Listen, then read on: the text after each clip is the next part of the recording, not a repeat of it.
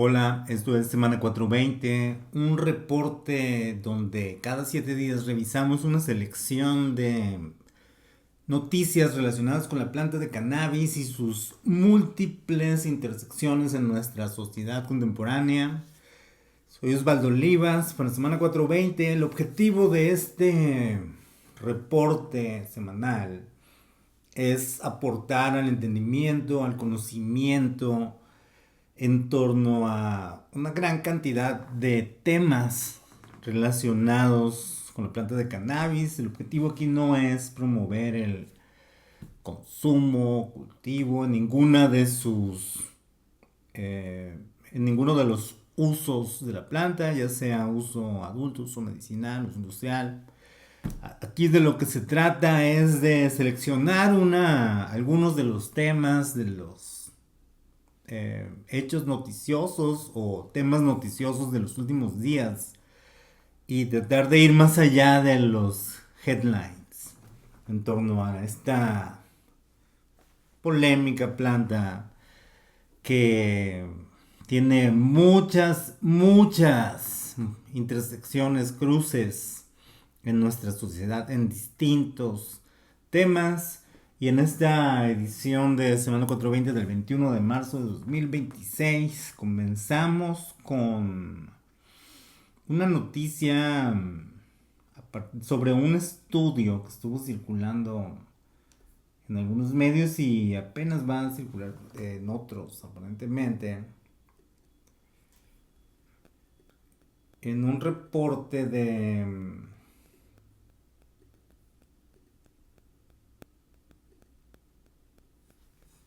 eh,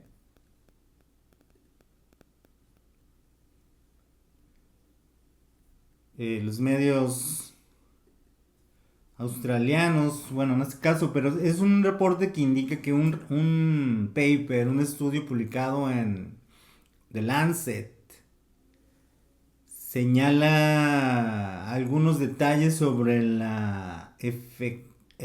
qué tan eficiente, efectivo, qué tan bueno es el cannabis en asuntos medicinales. Dice este reporte de la AMA que un estudio de Lancet Psychiatry, un paper publicado esta semana, que sería el review más grande realizado en torno a la eficacia de cannabinoides, en torno a una variedad de condiciones de salud mental, encontró que no hay evidencia de que el cannabis medicinal sea efectivo en el tratamiento de la ansiedad, la depresión o el estrés postraumático.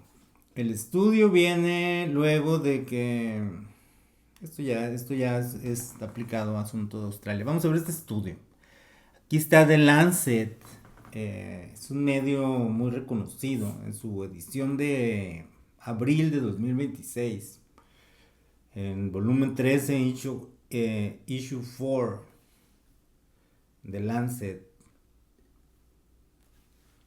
Se publicó este estudio en la eficacia y la seguridad de los cannabinoides para el tratamiento de desórdenes mentales y el abuso y desórdenes de uso de sustancias, una revisión sistemática y un metaanálisis. De acuerdo con este estudio, que cualquiera puede encontrar y consultarlo con su robot de confianza. Si no sabe leer documentos, si ya perdió la capacidad de leer, puede pasárselo a su robot de confianza, decirle de qué se trata esto, robot. El asunto es que hicieron un metaanálisis con muchos estudios publicados entre 1980, entre el 1 de enero de 1980 y el 13 de mayo de 2025, para evaluar la eficacia de los cannabinoides. Tomaron en cuenta 54 trials en el que participaron 2.477 personas. Luego vienen aquí los demográficos, etcétera, etcétera. La interpretación dice: ¿hay alguna evidencia de que los cannabinoides pueden reducir síntomas del desorden del uso de cannabis? la insomnia, el insomnio, los tics y el Tourette's, el síndrome de Tourette's, así como los desorden del espectro autista. Pero la calidad de la evidencia era generalmente baja. Los cannabinoides también fueron asociados a un riesgo mayor de riesgos y eventos adversos, pero no eventos adversos serios. Además, sobre todo, dice que es crucial saber más sobre obtener más investigación, etcétera. Dada la falta de evidencia, la rutina de cannabinoides para el tratamiento de desórdenes mentales dice que es raramente justificada. Continúa el estudio. Tomaron mucha información, la sometieron a un metaanálisis que es juntaron 54 estudios que ya se habían hecho de 1980 y 2025 para ver qué onda, si había una correlación, lo que están buscando, una correlación entre mejoras en los tratamientos de salud mental y el uso de cannabinoides. Y de acuerdo con el enfoque que le dieron a este estudio, no existe o es mínima. Entonces de eso va. ¿De qué se trata esto? O sea, no es el primer estudio de metaanálisis, ni el último, que va a publicar de lo mismo, de que no tienen una eficacia o una seguridad médica los cannabinoides en asuntos de salud mental. Y tienen razón los estudios dentro de la siguiente óptica. Los cannabinoides no son eficientes, no son buenos para tratamientos de desórdenes de salud mental, no ayudan en casos clínicos, psiquiátricos, por múltiples razones, pero las más importantes son las siguientes. Una es que el sistema médico donde estudian todos los psiquiatras del mundo, los que no tienen una especialidad al respecto, desconocen por completo, si solo se enfocan al sistema educativo y estudiaron en los últimos 20, 30 años su carrera de psiquiatría, para su profesión médica. Jamás en la escuela les enseñaron cómo funciona, ni siquiera les enseñaron qué es el sistema endocannabinoide.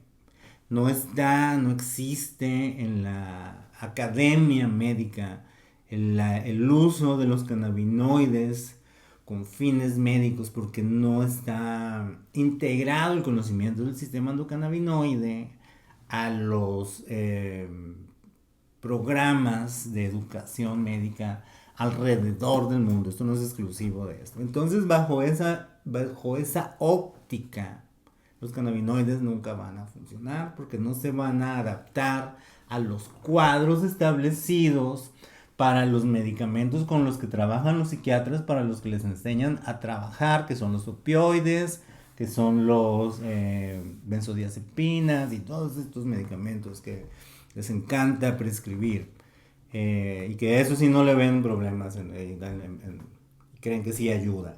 Entonces, bajo esa lógica, estos estudios siempre van a demostrar que no hay que no son efectivos, ¿ya? Pero por un lado no existe el framework médico para evaluarlo bien, y por otro, y esto también es súper importante, es que los medicamentos que prescriben los psiquiatras y la planta de cannabis, los cannabinoides, especialmente en asuntos de salud mental, se contraindican. O es uno o es el otro. ¿Por qué? En resumen, es porque al igual que los opioides tienen y los benzodiazepinas y todo esto que les encanta prescribir a los médicos, tienen un efecto en el sistema opioide, ¿ya? Que es un sistema que tenemos. Los cannabinoides tienen los fitocannabinoides, como el THC, el CBD, etcétera, tienen un impacto en nuestro sistema endocannabinoide y de acuerdo con algunos estudios recientes también tienen alguna interacción con el sistema opioide. Entonces te contraindican, hacen shocks. Ahí hay una persona que consume cannabis, aunque sea medicinal, y lo mezcla con fármacos, con opioides, es una mezcla peligrosa, puede provocar en muchos casos choques psicóticos. De allí va. Entonces, bueno, ¿es eficaz los cannabinoides para el tratamiento de desórdenes mentales? No, no lo es porque no existe un framework para hacerlo y para medirlo. La mayoría de la evidencia que existe en este asunto es anecdótica. Entonces de eso más cualquiera puede leer el estudio completo en The Lancet Psychiatry. En general no hay psiquiatra, yo no he conocido, tal vez debe haber un par, pero no hay psiquiatra que vaya a estar a favor del consumo de cannabinoides bajo ninguna circunstancia. Eh, Choca contra su pensamiento, va contra todo lo que se les enseñó en la escuela. Eh, pero es muy interesante, aquí tratamos de ir más allá del headline. En otro tema de esta semana, en otro asunto que tiene que ver con la planta, pero ya no en un asunto de salud mental, sino de moral. Vamos a hablar de la intersección de la marihuana, que son las variedades de cannabis con THC alto, y la inmoralidad. De acuerdo con un estudio de opinión publicado días atrás, el pasado 19 de marzo de 2026, por el Pew Research Center, que es una organización que se dedica a realizar estudios de opinión como para medir el pulso de la sociedad en Estados Unidos. Publicó los resultados de sus sondeos, estudios que hacen sobre qué es lo que los estadounidenses consideran inmoral. Ya, dice este reporte que se puede encontrar en Pew Research Center. Ahorita vamos a ver dónde se cruza con la planta de cannabis. Viene esta tabla que es el resumen de todo. Dice: los estadounidenses están divididos en torno a algunos temas como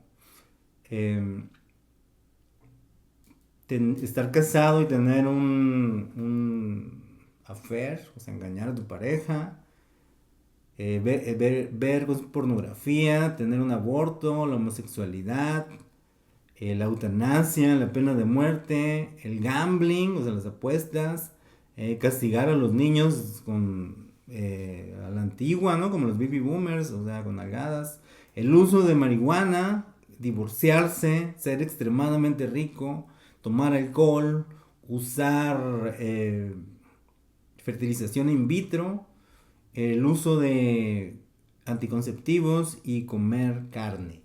Esos son los temas que se le preguntó a las personas si consideraban moral, o sea, moralmente malo, moralmente aceptable, que no es un problema moral o que no hay nada malo con ello moralmente.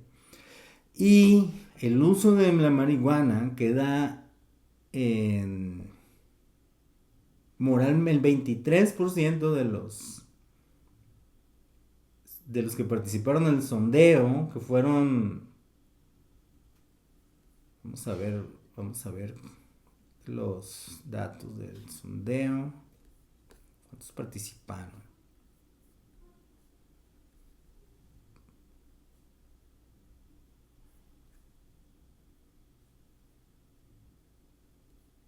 El apéndice, el reporte, bueno, el asunto es que no encuentro el número, pero son sondeos que hacen, tampoco es una representación uno a uno de la sociedad, estos estudios de opinión, ninguno lo es, pero nos da una idea más o menos de por dónde van los tiros. Aquí vienen las tablas detalladas por demográficos, etcétera, etcétera. El 23% considera que es moralmente malo el uso de la marihuana. El 24% considera que es moralmente aceptable. Y el 52%, la mitad, dice que le da igual, que no es un problema. Entonces este es un buen dato. El uso de marihuana, 52% dice que no es un tema moral, o sea, da igual, no debería ponerse en discusión, que hagan lo que quieran, es irrelevante estar discutiendo un asunto moral, no te hace mala persona o buena consumirlo. 23%, casi un cuarto, dice que es malo, casi un cuarto dice que es bueno. Así está, y la mitad dicen que don't care. Aquí viene por republicanos y demócratas. El uso de la marihuana pues es mayor en que lo que ven moralmente incorrecto entre los republicanos, que tienden a ser más conservadores, entre los evangélicos no se diga. Entonces este es un asunto donde se cruza aquí que es el que quería ver, las edades. Esta es la tabla de edad. Entre 18 y 29 años de edad, el 21% dice que es moralmente malo. Vamos a nombrar por generaciones, más fácil. Según el Pew Research, según ese sondeo, los estadounidenses, el 21% entre los 18 y 29 años serían los generación Z. 21% considera que usar marihuana es moralmente incorrecto. Entre los 30 y 49 años de edad, millennials, 23%. 50 años a los 64, Gen Xers, generación X, 22%. 65 años o más, baby boomers, 25%, un cuarto, creo. Entonces, no es solo un cuarto de la población, y mayoritariamente los baby boomers y los millennials ven con malos ojos la marihuana, mientras que a la generación Z no le importa y a los Gen Xers tampoco les parece tan malo. Son datos interesantes en comparación con otros temas, ¿no? Que en años anteriores el uso de marihuana habría estado también así satanizado con otros, ¿no? Por ejemplo, el uso de el beber alcohol tiene menos, tiene una visión generalizada de que menos gente cree que es moralmente incorrecto tomar alcohol, pero sí existen 17, 16, 15, 14%. Pero llama la atención que los más jóvenes ven consumir alcohol como algo malo, mientras que los más viejitos como no tan malo. El 14 al 17% es importante. Este incremento aquí de la línea del drinking alcohol es lo que tiene en alerta roja la industria del alcohol en este momento, que hay una tendencia de que los jóvenes ven como algo malo. Chequen esta tabla. Ver alcohol, 17% de los generación Z piensa que es malo, 14% de los baby boomers piensa que es malo, 21% de los generación Z piensa que fumar marihuana es malo, mientras que el 25% de los baby boomers piensa que es malo. Es más, son más conservadores en el asunto del alcohol, la gente más joven, en esta comparación en relación con los baby boomers y en comparación con el uso de la marihuana. Son datos interesantes, están en el sitio del Pew Research Center. ¿Qué es lo que los estadounidenses consideran inmoral? Examina las percepciones sociales sobre distintos temas, incluyendo el consumo de cannabis dentro del debate moral contemporáneo. En otras noticias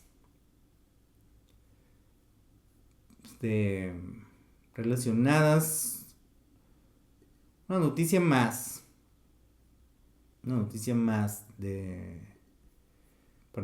para esta edición de semana 420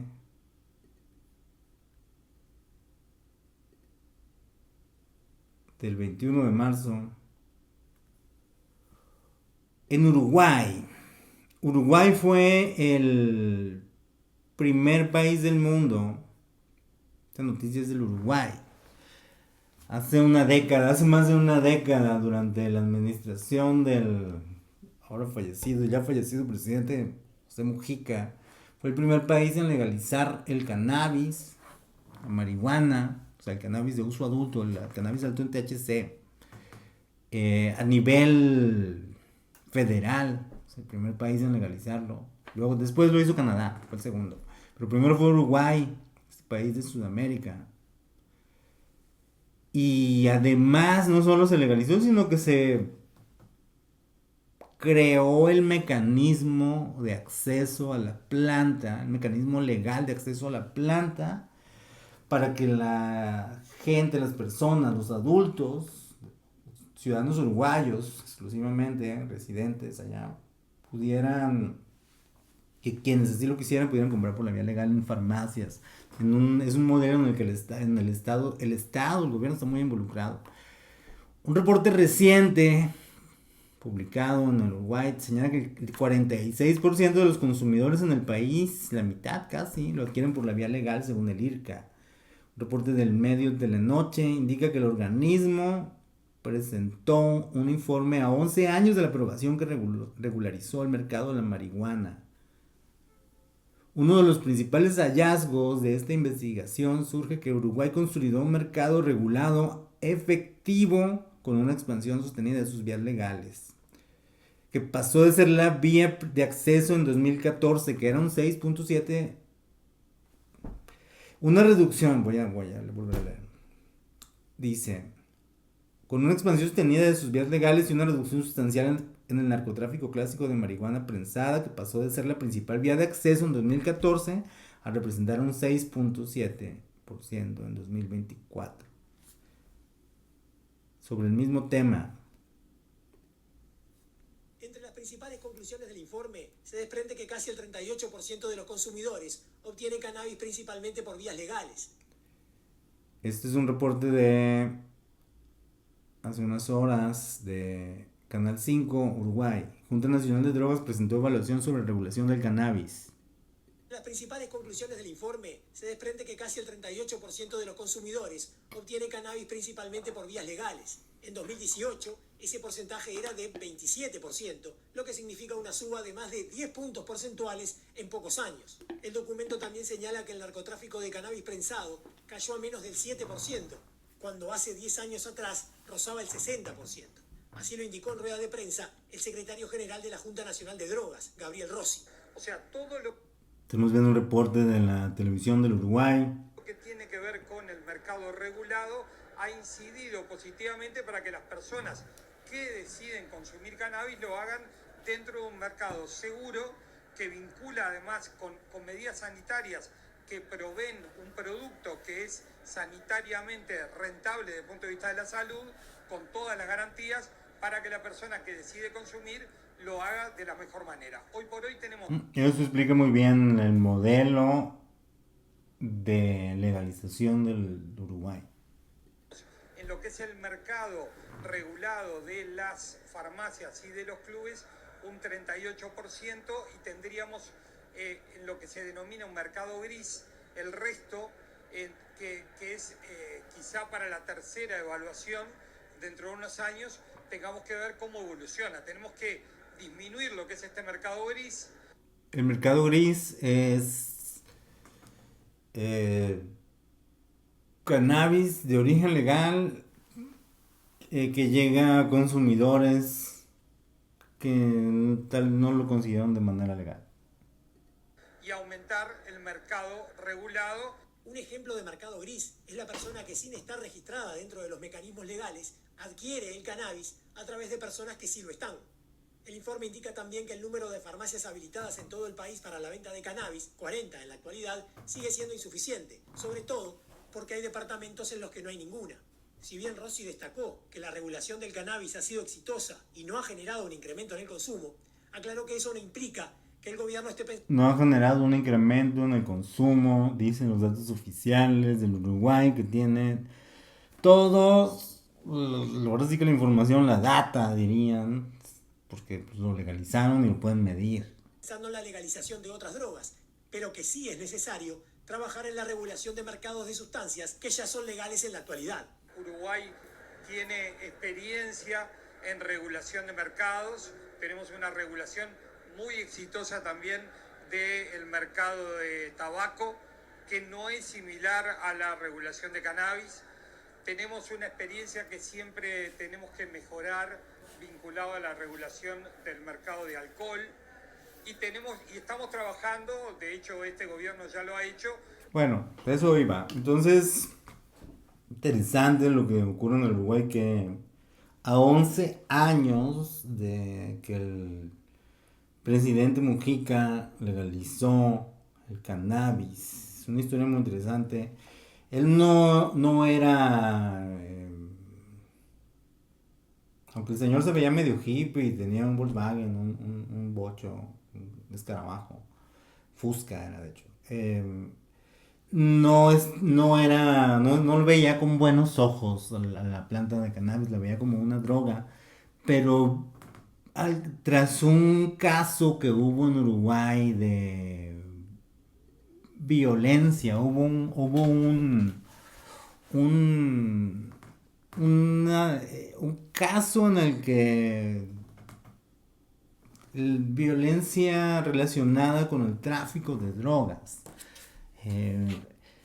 que cimbró la opinión pública y Mujica señaló después en una entrevista que ese fue el tema que le hizo ver que el prohibicionismo, la visión prohibicionista de las drogas no iba a ningún lado, no aportaba al beneficio social. Entonces optó por una legalización y reducción de riesgos con la legalización de la marihuana como una droga de uso adulto. Eso fue lo que ocurrió en Uruguay. Y a 11 años siguen evaluando su modelo regulatorio, que sigue siendo muy particular y único en el mundo, pues que difícilmente puede ser replicado porque cada país, cada mercado, si se le ve así, tiene sus particularidades y contextos. Muy bien, de eso se trata en este programa Semana 420, tratar de comprender qué es lo que está ocurriendo en temas relacionados con la planta de cannabis sativa, marihuana, hemp, cáñamo, como se le llame. Es la misma planta, sus múltiples variedades, sus múltiples intersecciones en nuestra sociedad contemporánea, en este Ya segundo cuarto, estamos iniciando el segundo cuarto del siglo XXI y la planta de cannabis está saliendo de un siglo, poco a poco, lentamente está transicionando de un siglo de prohibicionismo a una especie de modelos no de libertad total o de legalización o de hacer libre a la planta como muchos señalan, sino está avanzando mercados, países, modelos regulatorios definidos en torno a la planta de cannabis y es diferente en cada lugar. En algunas partes está ocurriendo, en otras los gobiernos hacen caso omiso, hacen como que no es un tema. También no es uno de los temas más importantes para la sociedad en este momento. El número de consumidores, en el caso del uso adulto, el número de consumidores no es tan alto en general como porcentaje, aunque ronda dependiendo de del lugar entre el 2 y el 5% de la población de determinados lugares, el número de consumidores de marihuana, donde sí debería o podría ser una urgencia es en el asunto del uso medicinal de los cannabinoides, donde lentamente y poco a poco avanza en materia de tanto de investigación y evidencia clínica del mundo real el uso de cannabinoides para indicaciones terapéuticas, así como la regulación y el acceso a pacientes que tienen estas indicaciones, el acceso a los cannabinoides. Eso es un tema que va avanzando también muy lentamente y probablemente es el que más beneficio tendría en caso de cuál de todas las rutas de la legalización, avances regulatorios de la planta, cuáles serían más urgentes que otros. Pues el del uso medicinal, por supuesto, que no tiene nada que ver con el consumo adulto en general. Muy bien, de esto se trata Semana 420, de todos estos temas que están entrelazados entre sí, la misma planta. Soy Osvaldo Olivas, para Semana 420, en este canal de YouTube, Industria 420 Cannabis News. Muchísimas gracias por su atención.